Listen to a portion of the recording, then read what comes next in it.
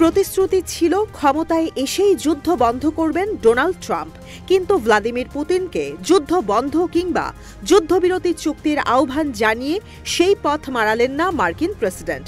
উল্টো ইউক্রেনকে পরামর্শ দেয়া হলো চলতি বছরের শেষে যেন নির্বাচন অনুষ্ঠিত হয়, বিশেষ করে কিয়েভ যদি মস্কোর সঙ্গে কয়েক মাসের মধ্যে শান্তি চুক্তিতে আসতে প্রস্তুত হয়।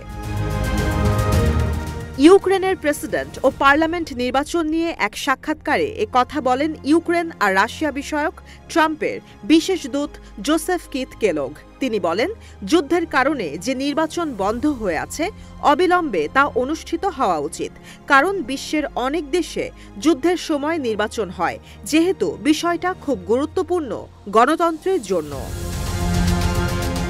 ডোনাল্ড ট্রাম্প আর কিথ জানিয়েছেন, চলতি বছরের প্রথম কয়েক মাসে দুই পক্ষের মধ্যে যুদ্ধবিরতি চুক্তির জন্য কাজ চলছে, যেন অবিলম্বে বন্ধ হয় দ্বিতীয় বিশ্বযুদ্ধের পর ইউরোপে শুরু হওয়া সবচেয়ে ভয়ঙ্কর এই সংঘাত।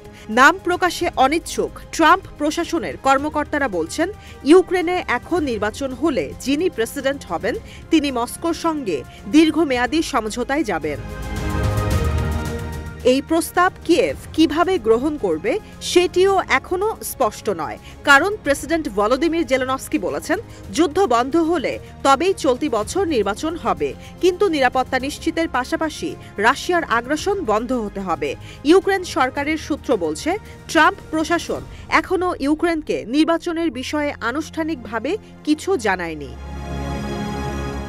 জেলেনস্কির প্রেসিডেন্ট পদে 5 বছরের স্থায়িত্বকাল শেষ হওয়ার কথা 2024 সালের শেষে, কিন্তু 2022 সালের ফেব্রুয়ারিতে রাশিয়ার সেনা অভিযান শুরুর পর থেকে দেশটিতে মার্শাল ল জারি করা, যে কারণে কোনো নির্বাচনই অনুষ্ঠিত হতে পারবে না ইউক্রেনে।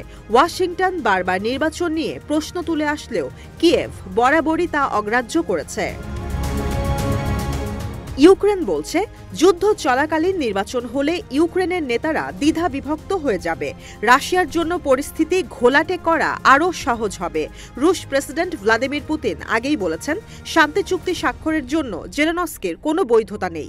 কিয়েভ বলছে, নির্বাচনের ইস্যুকে পুঁজি করে ভবিষ্যতের আলোচনার পথ বন্ধ করার কূটকৌশল খুঁজছে রাশিয়া।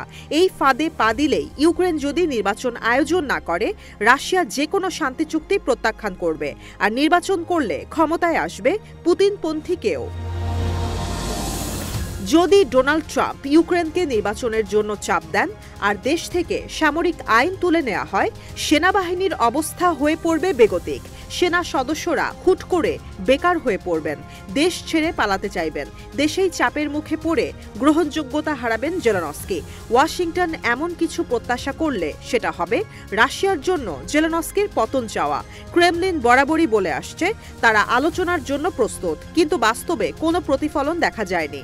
মার্কিন সাবেক কর্মকর্তারা বলছেন, চলতি বছর যুদ্ধবিরতি হয়ে নির্বাচন অনুষ্ঠিত হওয়ার সম্ভাবনাও উড়িয়ে দেয়া যাচ্ছে না।